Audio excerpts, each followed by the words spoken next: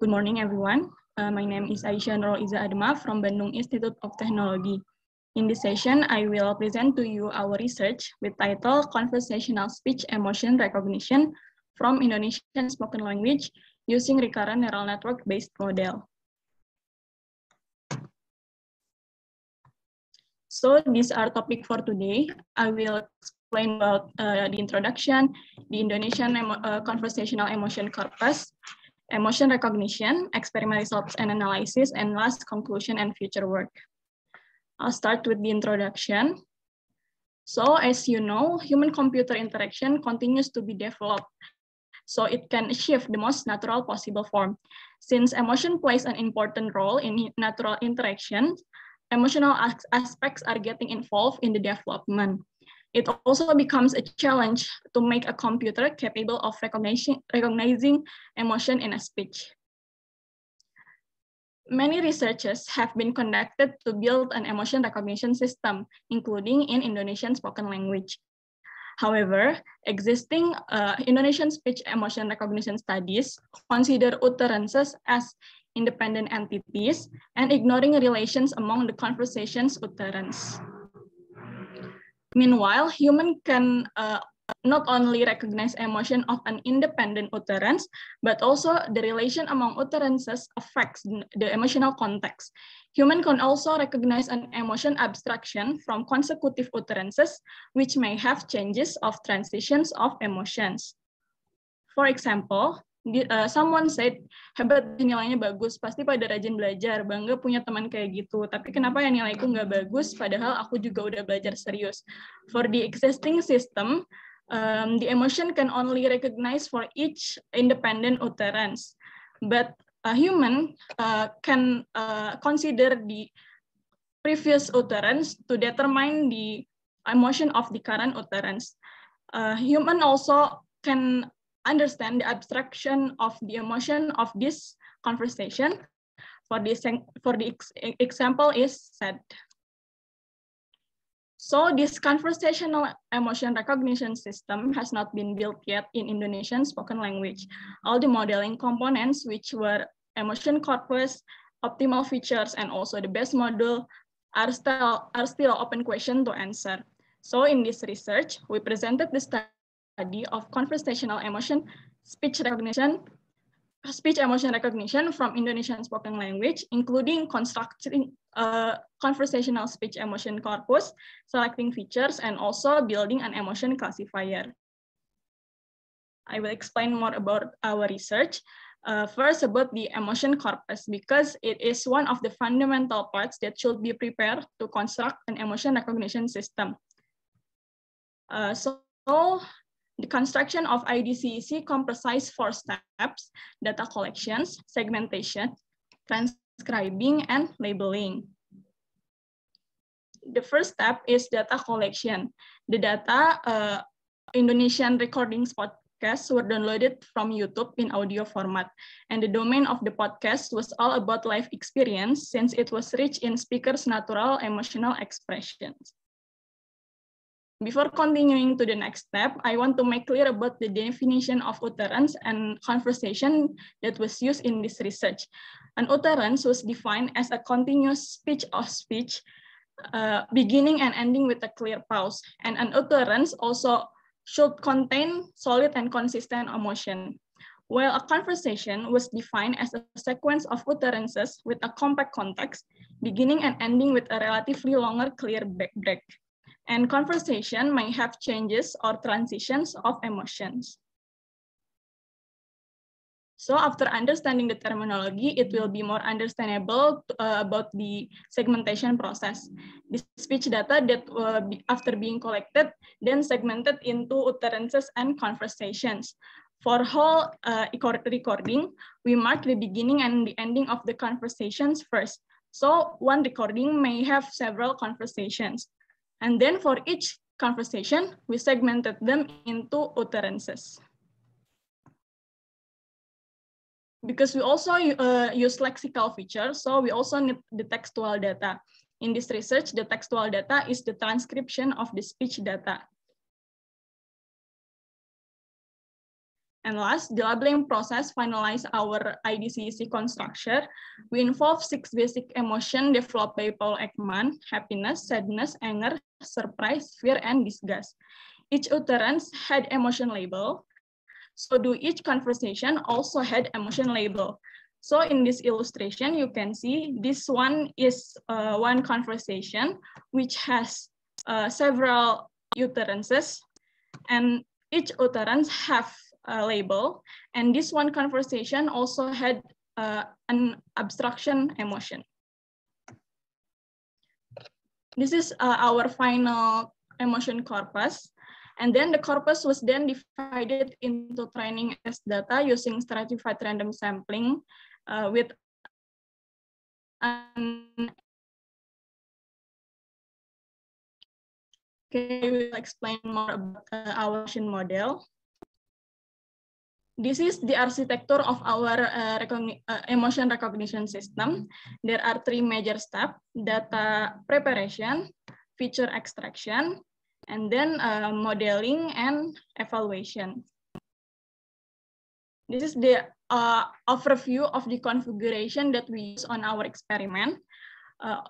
We use RNN-based model and utilize 2 algorithms, LSTM and GRU, to determine which model had better performance to model conversational emotion. And then we use acoustic and lexical features. We also use several kinds of each feature to determine which feature most representative to the emotion.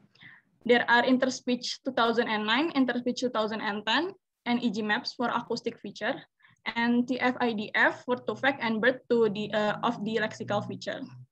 Because we have 2 kinds of features, so we need a combined method to determine the final emotion label.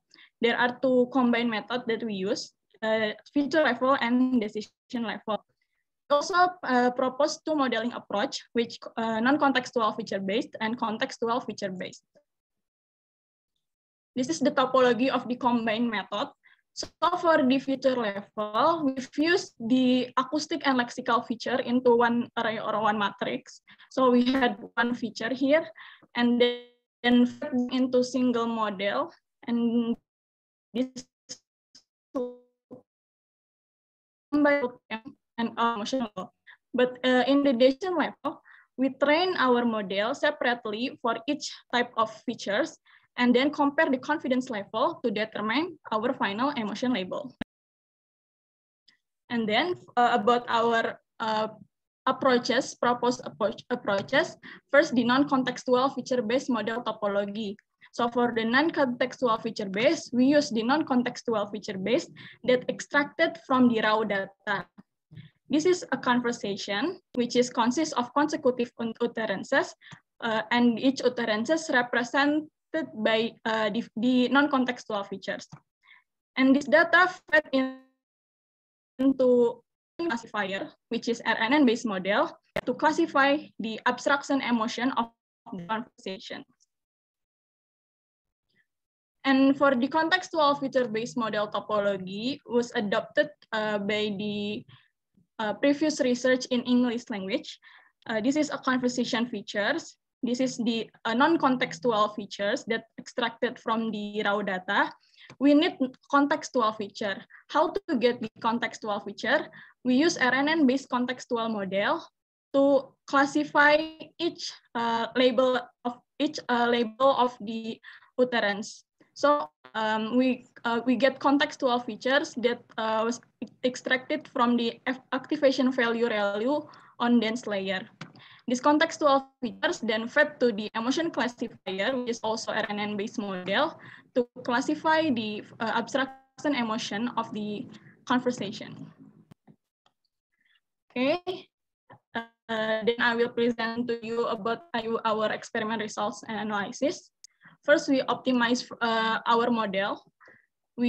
For the acoustic model, we choose EG-Maps feature and LSTM algorithm, and we add dropout layer.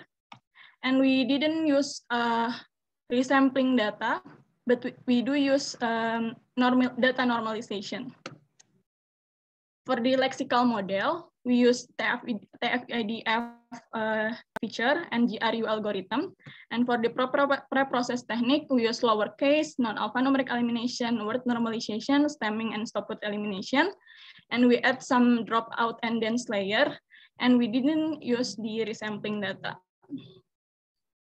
For the contextual model approaches, we built also the contextual model with this accuracy. And after we got the best configuration of our model, we test them into our emotion model. So this is the final result. We got the highest F measure on the feature level acoustic lexical model with the approach contextual feature-based model. Because our data was unbalanced, especially for the disgust and fear emotion. So we also test our emotion model and retrain our emotion model for only 4 emotion, and this is the final result. Okay, then we analyze our model performance. For 6 emotion models, the error of recognition mostly happened when the model predicted either label as sadness or happiness, which were the majority of the data set. And then data comprised speech from 51 speakers. Each speaker had different characteristics in expressing their emotion. So the discrimination of emotion became harder. However, we had a speaker-independent emotion recognizer. And on podcast, speaker also often hide their emotion, so the emotion may not very clear or weak. And then the transcription of spoken words also might contain unstructured words. So, but however, we had a model that robust over data.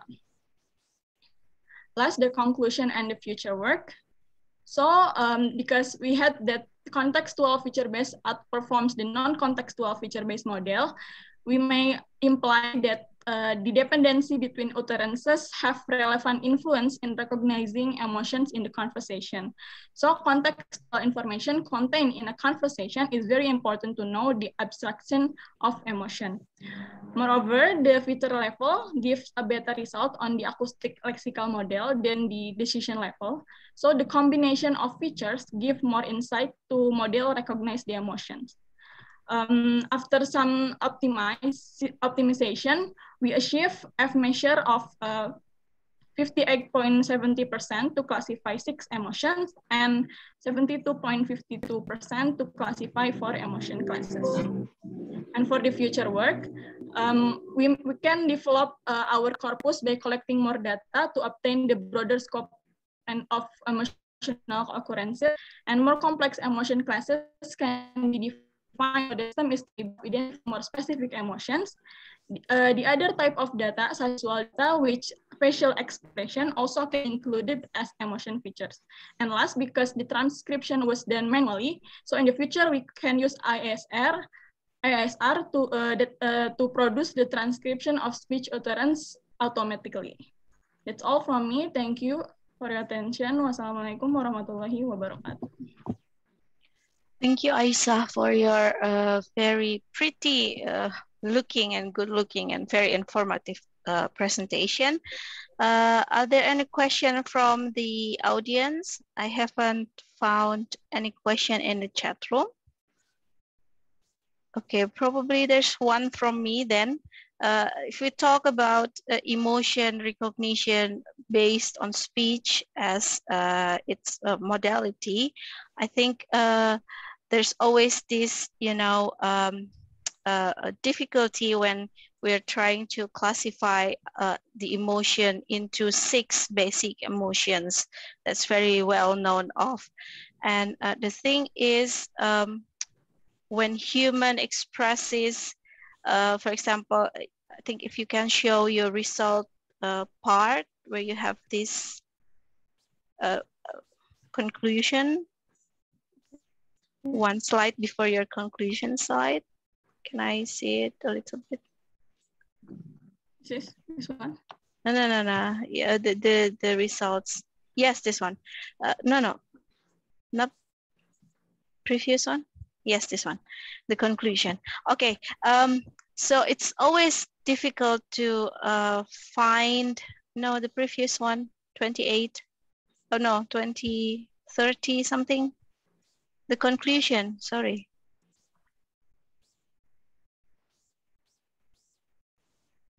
Yes, this one.